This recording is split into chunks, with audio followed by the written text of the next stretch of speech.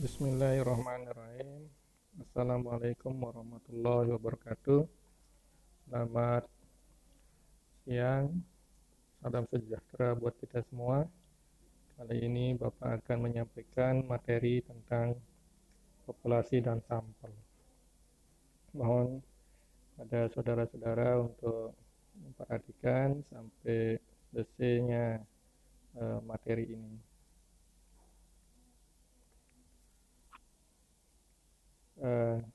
Sebelum kita mengetahui apa sih definisi daripada populasi, ada beberapa contoh di layar ya. Yang pertama, pada saat kita akan membeli buah duku di pasar buah, lalu kita akan dihadapkan pada pilihan yang mana yang rasanya manis dan lezat. Nah, timbullah pertanyaan, bagaimana kita mengetahui buah duku yang ada dalam keranjang yang dijual itu manis dan lezat? Yang kedua, bagaimana kalau kita salah memilih? Selanjutnya, pertanyaan kedua, saat Anda memesan segelas kopi manis di kafe, maka pelayan kafe akan membuatkan pesanan Anda. Nah, pertanyaannya, bagaimana cara pelayan mengetahui bahwa segelas kopi yang Anda pesan sudah cukup manis?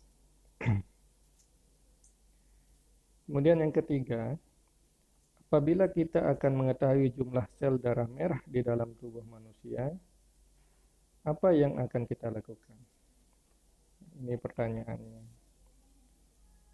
Nah, jadi kalau kita melihat contoh di atas bahwa populasi itu ya adalah bagian keseluruhan daripada sampel. Artinya sampel itu bagian dari populasi. Nah, dari sampel inilah kita akan memberikan atau akan menduga-duga ya bagaimana si populasi itu. Nah, pada gambar ini kita lihat bahwa lingkaran besar itu adalah populasi. Kemudian yang berwarna kuning itu adalah sampel. Jadi sampel itu bagian kecil ya atau sebagian dari populasi. Nah, sampel ini ya dengan menggunakan parameter tertentu kemudian dianalisis secara statistik ya, maka akan memberikan gambaran ya pada populasi tersebut. Nah, apa sih konsep dari populasi? Populasi adalah keseluruhan kumpulan subjek atau objek yang memiliki karakteristik tertentu. Misal, ya, penderita TBC, ya, baik itu di Indonesia maupun di dunia, ya. Jadi semua penderita TBC misalnya dalam satu kecamatan atau dalam satu desa itu semua penderita TBC itu adalah populasi ya, tergantung skop wilayah penelitian kita. Nah, ada beberapa jenis populasi. Pertama, populasi real dan populasi abstrak. Ya. Populasi target. Ya, populasi target ini populasi yang diminati dalam studi. Biasanya dibatasi ruang dan waktu. Misalnya, penderita TBC di Mataram tahun 2008. Itu sudah jelas kan, ada ruang dan waktu. Ada tempat dan waktu. Kemudian populasi akses, ya, populasi yang dapat dijangkau dalam studi atau subset populasi target. Misalnya, studi dilakukan pada penderita TBC di RSUD Mataram. Jadi sudah jelas di mana target kita di RSUD Kota Mataram. Ya. Kemudian konsep sampel. Ya. Sampel sendiri adalah subset populasi yang telah diseleksi untuk dijadikan partisipan dalam studi. Jadi bagian daripada populasi, ya, sebagian dari populasi yang telah diseleksi ya. Diseleksi dalam arti di sini sesuai dengan kriteria kita, ya. Kriteria kita misalnya penderita TBC, ya, 200 penderita TBC, ya, diseleksi, ya. Jadi dapatlah 100 penderita TBC sebagai studi. Nah, kan tidak semua penderita TBC ini kita ambil, ya, sesuai kriteria kita, ya. Nah, jadi 100 ini akan menjadi partisipan dalam studi kita, dalam penelitian kita. Nah, teknik atau metode untuk menyeleksi sampel dari populasi disebut dengan teknik sampling atau metode sampling, ya. Nah, mengapa perlu sampel? Nah, kan bertanya-tanya, kenapa tidak kita ambil aja semua populasi itu, ya? Jadi tidak pusing. Nah, tapi dalam penelitian tidak perlu kita ambil semuanya, cukup sampel yang akan mewakili, ya. Jadi seperti kita memeriksa darah, ya, hanya setetes darah saja, beberapa tetes sedikit saja itu bisa menunjukkan berapa jumlah, ya, misalnya kolesterol kita dalam darah, kemudian HB kita, kemudian gula darah kita. Nah, itu. Nah, jadi mengapa perlu sampel di sini, ya? Pertama, populasi sangat besar dan tak terbatas. Impossible, ya, tidak mungkin kita akan meneliti semuanya. Misalnya satu kecamatan, masa semua masyarakat yang ada di Kecamatan Mataram ini kita periksa, kita wawancara, kan tidak mungkin. Kemudian kemampuan dan keterbatasan. Nah, kemampuan ini ya tergantung dari jumlah peneliti dan jumlah uang, ya. Mampu enggak membiayai nanti respondennya, ya. Respondennya nanti mungkin diberikan buah tangan kah, ya, sebagai bentuk terima kasih dia bekerja sama, atau untuk transportasi bolak-balik ke lokasi, ya, dan lain-lain banyak, ya, yang berhubungan dengan keuangan. Kemudian keterbatasan, ya, keterbatasan waktu, keterbatasan orang. Ya, jadi kalau semuanya ya tidak mungkin. Nah, itu jadi pertimbangannya mengapa perlu sampel. Kemudian merugikan populasi. Kenapa merugikan populasi?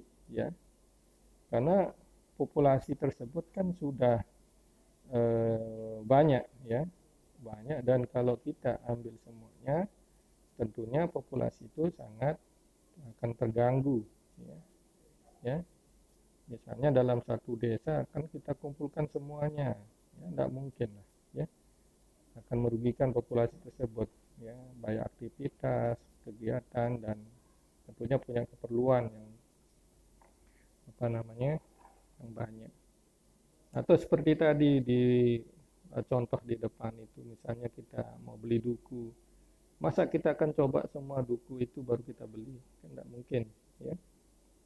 Pasti beberapa kita coba, oh manis, baru kita beli sekilo 2 kilo gitu kan, ya. Nah, ini makanya namanya merugikan populasi. Jadi semua, ya, kita akan lakukan percobaan dan itu akan merugikan, ya. Kemudian kebutuhan informasi yang cepat, ya, dalam jangka waktu 24 jam harus ada ketemu hasilnya, ya. Nah, ini perintah misalnya dari dinas kesehatan, ya, dari kepala dinas kepada anak buahnya. Dalam 24 jam Anda harus menemukan apa penyebab penyakit COVID-19 ini, begitu kan. Akhirnya anak buahnya langsung mengambil beberapa sampel, ya tidak mungkin semua yang sakit akan diperiksa. Beberapa sampel saja, kemudian diperiksa di laboratorium, kemudian ditemukan hasil. Secepat mungkin informasi itu diberikan kepada kepala dinas, ya.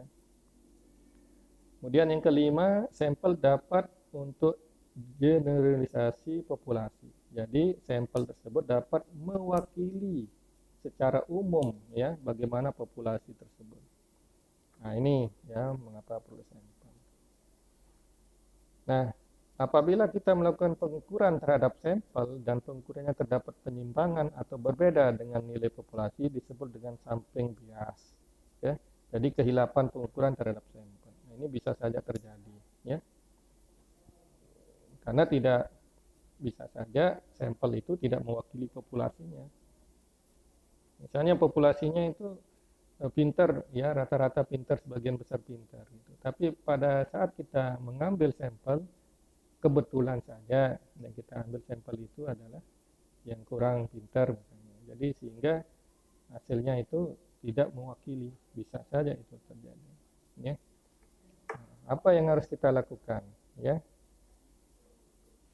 agar kesimpulan statistik yang diperoleh dari sampel tidak berbeda dari keadaan sebenarnya pada populasi, ya, unbiased estimate, maka diusahakan agar karakteristik populasi sama persis dengan karakteristik sampel yang dipilih, ya, atau representative sampel, ya.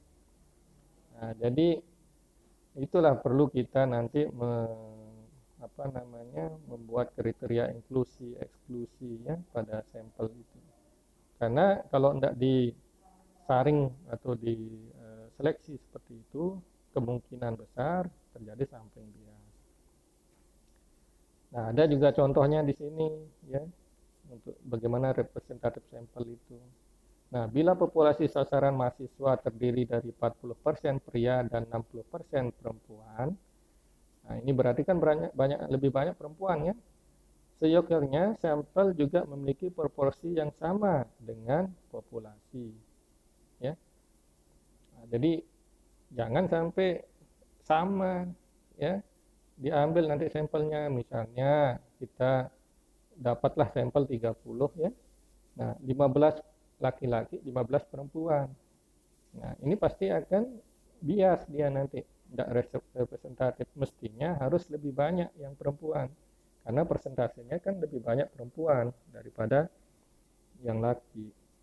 Jadi itu, ya. Nah, bagaimana memperkecil sampling bias? Pertama, memperbesar sampel. Ya, jadi kita tambah sampelnya.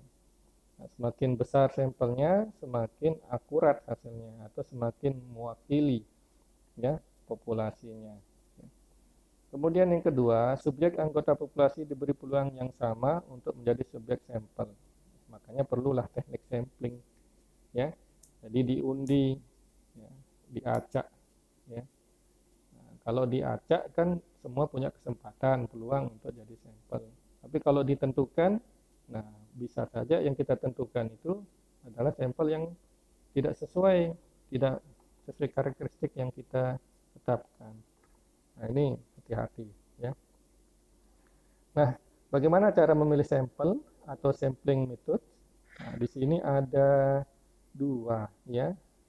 Sampling method itu ada dua. Pertama, random sampling. Ingat, ya, random sampling. Random artinya acak, sampling, ya, artinya pemilihan, ya.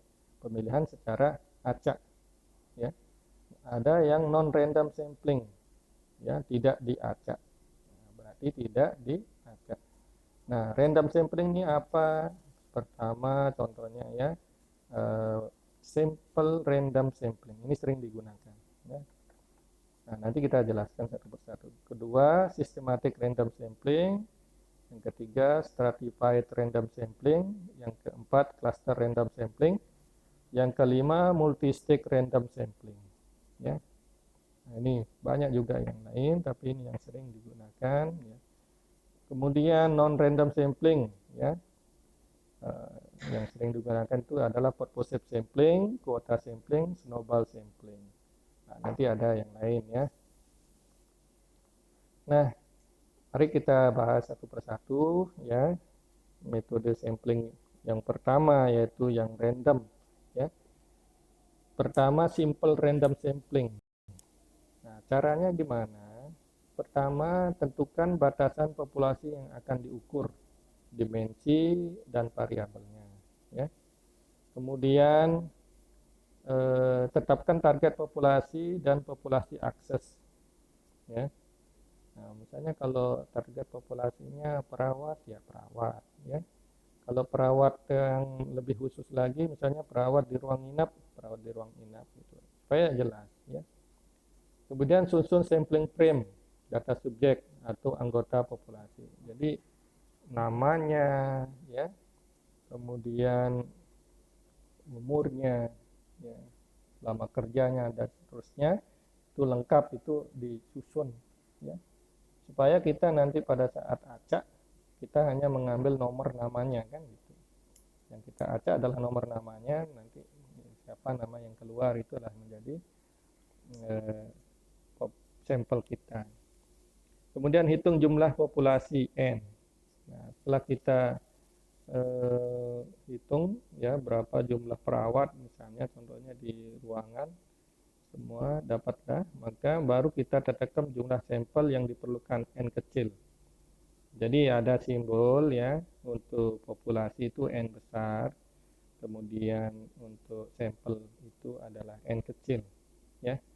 Nah, begitu juga nanti pada penulisan di tabel dan sebagainya. Kalau populasi keseluruhan, nah, nanti simbolnya N besar ya, N kecil itu untuk sampel. Kemudian pilih sampel ya.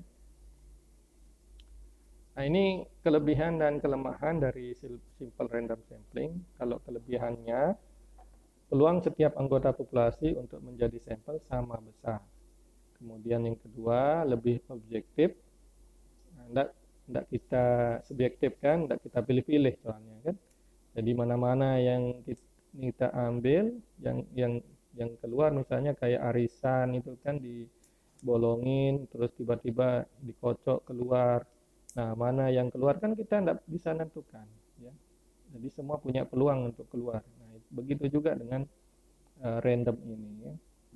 Kemudian sangat representatif, artinya representatif itu sesuai ya. Sangat sesuai. Kelemahannya sering kesulitan untuk mendapatkan sampling frame karena begitu banyak, bisa saja datanya itu tidak lengkap ya, data populasinya itu tidak lengkap sehingga kita agak kesulitan ya untuk populasi yang besar ya. Bila jumlah sampel banyak, pemilihan angka acak memerlukan waktu lama. Ya, jelas ya, kita cabut satu-satu kan lama ya, atau kita pakai kocok itu lama ya bisa ya. Kemudian yang ketiga, kemungkinan untuk terpilihnya sampel sedikit pada wilayah yang jauh ya. Jadi lokasi subjeknya ya, sehingga sulit untuk dilakukan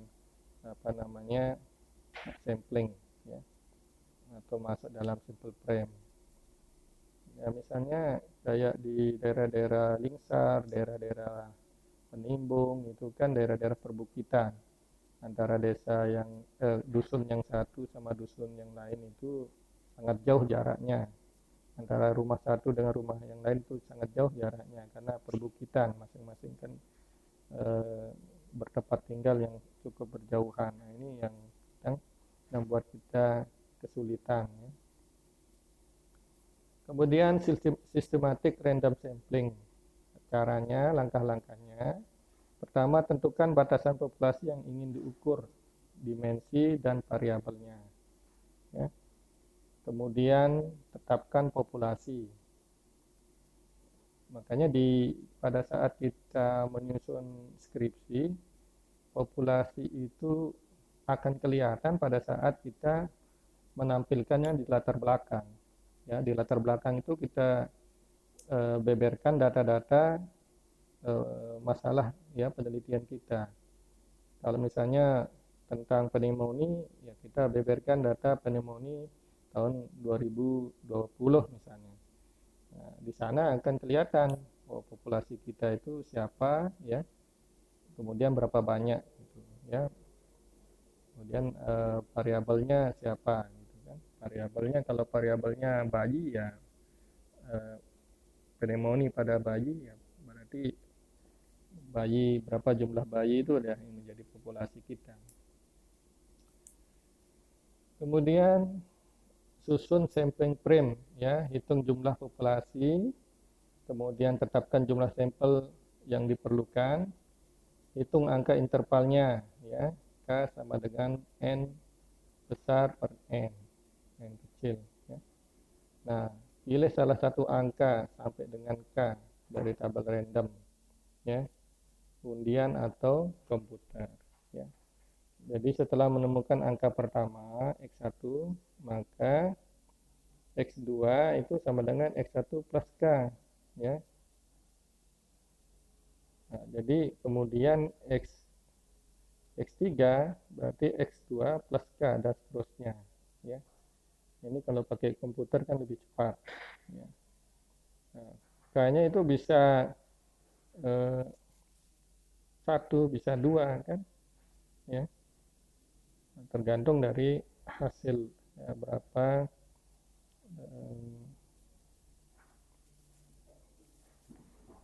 berapa yang kita inginkan, angka yang berapa yang kita inginkan selisihnya, ya. Bisa 2, bisa 3, ya kan, interval ini, ya, jadi interval antara sampel. Nah, kelebihannya lebih cepat dari simple random karena hanya butuh satu angka, ya. Jadi satu angka saja, misalnya angka yang K tadi itu. Kalau misalnya dapat kita angka 2, nah cara mendapatkannya kita yang tentukan, ya, selisihnya itu. Mau berjarak 3, mau berjarak 2, kita yang tentukan. Gitu, ya. Kemudian kelemahannya tergantung dari susunan sampling frame. Ya, kembali, ya, kalau susunan sampling frame-nya itu lengkap, ya, maka bisa. Tapi kalau tidak lengkap, tidak bisa. Nanti kepilih yang tidak lengkap datanya, susah. Kemudian kadang tidak efektif dan efisien karena lokasi subjek yang jauh, ya, yang jauh, yang berbukit, yang tidak bisa dijangkau dan macam, ya. Artinya lokasi subjek lah yang tidak sama, ya. Kemudian stratified random sampling, ya. Nah, stratified random sampling ini, ya, adalah apabila pada populasi terdapat distribusi karakteristik dan kita menginginkan masing-masing karakteristik terwakili sebagai sampel. Nah, misalnya karakteristik ekonomi pada populasi ada 3 strata, yaitu rendah 40%, menengah 30%, tinggi 30%. Nah, itu, ya. Nah, kemudian setelah kita distribusikan persentasenya tadi, baru kita tetapkan populasi dan dimensi variabelnya. Kita susun sampel frame sesuai strata N1, N2, N3 tadi, ya. Tentukan jumlah sampel N, ya. Baru kita pilih sampel secara proporsional. Misalnya N1 proporsi N1 kali N, N2 proporsi N2 kali N, dan seterusnya, ya. Jadi seperti itu. Jadi N itu N1 plus N2 plus N terus plus N3, N4, N5, dan seterusnya, ya. Ini stratified random sampling, ya. Nah, kelebihannya yaitu masing-masing strata dapat terwakili sebagai sampel, ya. Kan kita pernah mendengar strata, ya, di masyarakat, ya. Tingkatan, ya, ya, tingkatan. Tadi kalau ekonomi, ya, ada yang ekonomi, ya, rendah, ya, menengah, tinggi. Ya. Kemudian kelemahannya sering tidak jelas batas antar strata.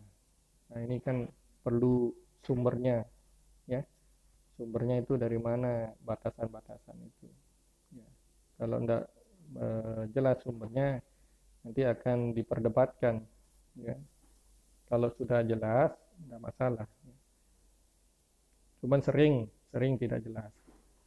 Kelemahannya sampling frame sulit disusun, nah, ya, karena, nah, itu masing-masing kan punya standar, yang dikatakan lemah itu berapa, ya.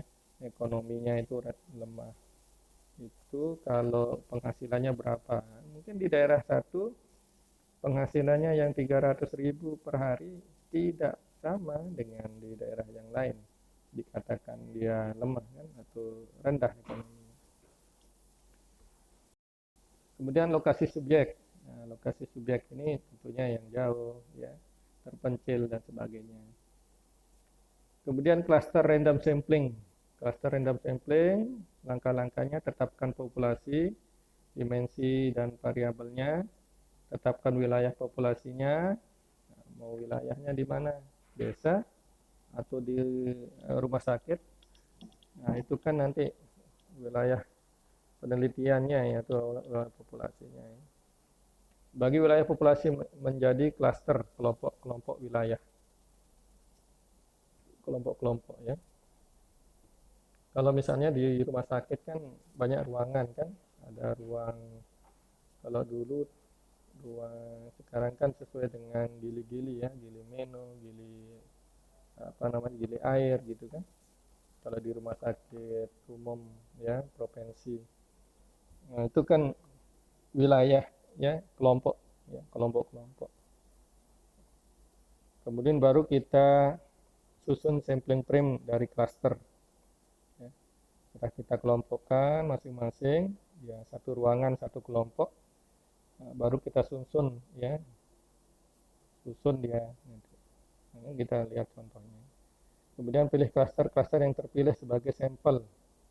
Ya. Pilih cluster-cluster yang terpilih sebagai sampel.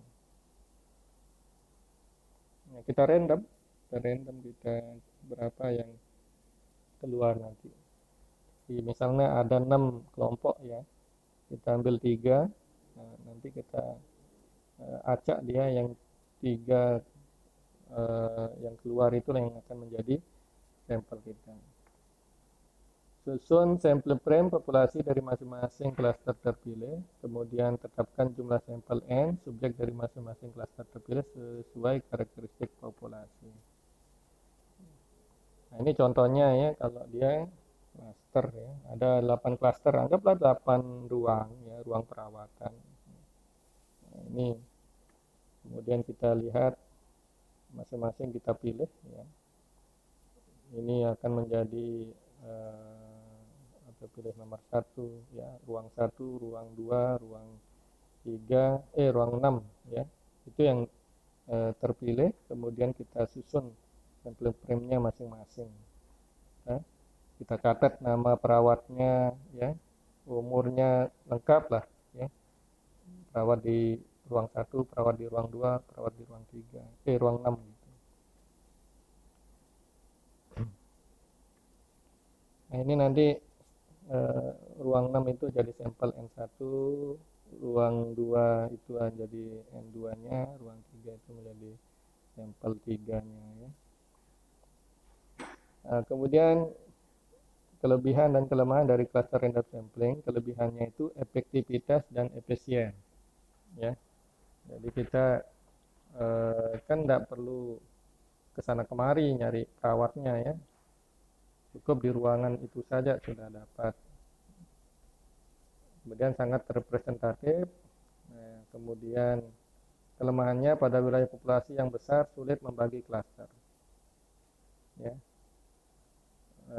Dan tahu batas-batasnya, kalau sudah tahu batasnya juga terlalu besar juga kan. Nah, cocoknya klaster ini ya di skala kecil, misalnya satu dusun atau satu ruang rawat inap di satu rumah sakit. Jadi kita tidak kesulitan. Kemudian multi-stage random sampling, yaitu menggabungkan 2 atau lebih metode pemilihan sampling, umumnya gabungan antara cluster dan simple random sampling. Ya. Nah, pertama, cara-caranya lakukan tahap metode cluster, kayak tadi ya, cluster. Kemudian susun sampling frame subjek dan cluster terpilih. Pilih subjek dan cluster terpilih secara simple dan random sampai sejumlah N yang ditetapkan. Ya. Nah, ini contohnya, misalnya di Malang ya, kemarin praktik di Malang hanya 1 minggu ya. Bapak ikut ke sana untuk melihat mahasiswa praktik mes. Nah, pulang ya, karena merebak COVID-19. Kemudian, nah, kembali ini satu kota Malang. Nah, kota Malang ini terdiri dari 3 kecamatan, ya. Nah, dari ketiga kecamatan ini terpilihlah satu kecamatan yang kedua, ya, yang tengah. Kemudian kecamatan yang kedua ini terdiri dari beberapa kelurahan, ya, ada 2 kelurahan yang diambil. Nah, kemudian dari 2 kelurahan ini, kelurahan satu ini hanya diambil RW 1, RW 2 saja, ya. Kemudian yang diambil adalah kelurahan 2, RW 1 dan RW 2. Ya. Ini akan menjadi sampel nanti, ya, RW 1, RW 2, RW 1, 2 dari masing-masing kelurahan. Ini contoh, ya. Nah, kemudian selanjutnya tadi yang random sampling, sekarang yang metode berbeda dengan random, yaitu non-random. Nah, namanya non-random berarti tidak diacak, ya, tidak diacak, tidak di-random. Pertama itu sering, ya, mahasiswa itu menggunakan metode quota sampling. Nah, pemilihan subjek sampel sampai jumlah yang disepakati atau jumlah sampel sampai waktu tertentu. Misal, sampai 80 sampel saja, atau mulai 1 September 2001 sampai 10 September 2001. Nah, ini kan perlu ancang-ancang dari saudara nanti. Karena bagaimana? Karena kalau misalnya waktunya mepet, ya, maka Anda bisa membuat kota sampling dengan waktu. Biasanya 1 Oktober sampai 10 Oktober 2010 misal, kan.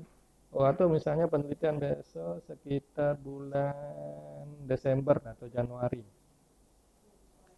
Misalnya 1 Desember sampai 10 Desember 2010. Nah, bisa seperti itu. Karena mau ngejar waktu, kan. Nah, kalau tidak ngejar waktu bisa menggunakan jumlah. Ya, misalnya sampai 80 sampel saja.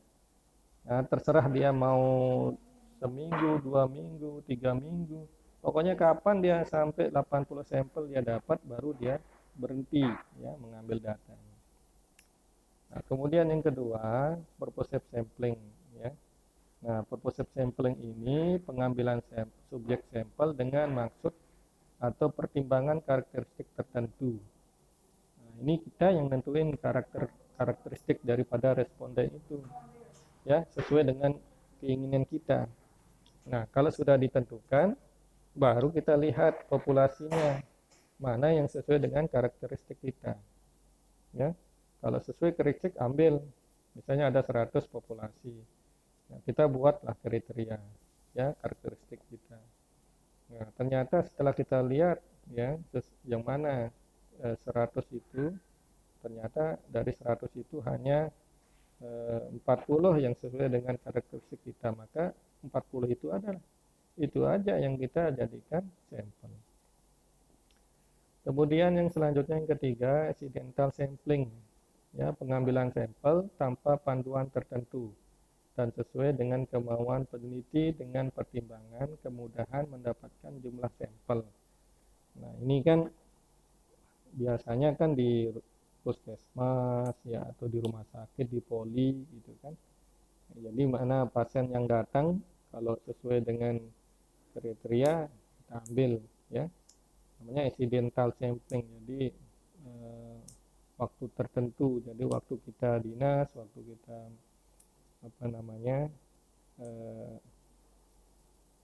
praktik misalnya, nah, di situ langsung kita ambil pada saat itu ada pasien datang, oh itu sesuai kriteria, ambil. Datang lagi ada sesuai kriteria, ambil, gitu kan. Nah, tapi tentunya ditentukan, ya. ditentukan, ya, ditentukan waktunya kapan, ya, dan jumlahnya, ya. Kemudian snowball sampling, ya. Jadi pengambilan sampel merupakan network atau jaringan, dan biasanya informasi sampel berikutnya diperoleh dari sampel sebelumnya. Nah, jadi sampel sebelumnya sudah kita ambil datanya. Nah, kita mau lagi mengambil data, kita pakai aja sampel yang ada, sampel yang kemarin kita ambil, ya kita tanyakan lagi, ya. Nah, itu snowball sampling. Nah, mungkin variabelnya kita rubah. Kemarin yang kita tanyakan tentang perilakunya, nah sekarang kita tanyakan pengetahuannya, ya bisa saja. Nah, itu namanya snowball sampling. Nah, jadi demikian ya ulasan materi tentang populasi sampel, ya. Nah, di sini nanti silahkan untuk bertanya di kolom komentar, ya. Silahkan apa yang mungkin bisa yang belum jelas, ya yang mau bisa ditanyakan silakan. Terima kasih perhatiannya. Selamat siang. Assalamualaikum warahmatullahi wabarakatuh.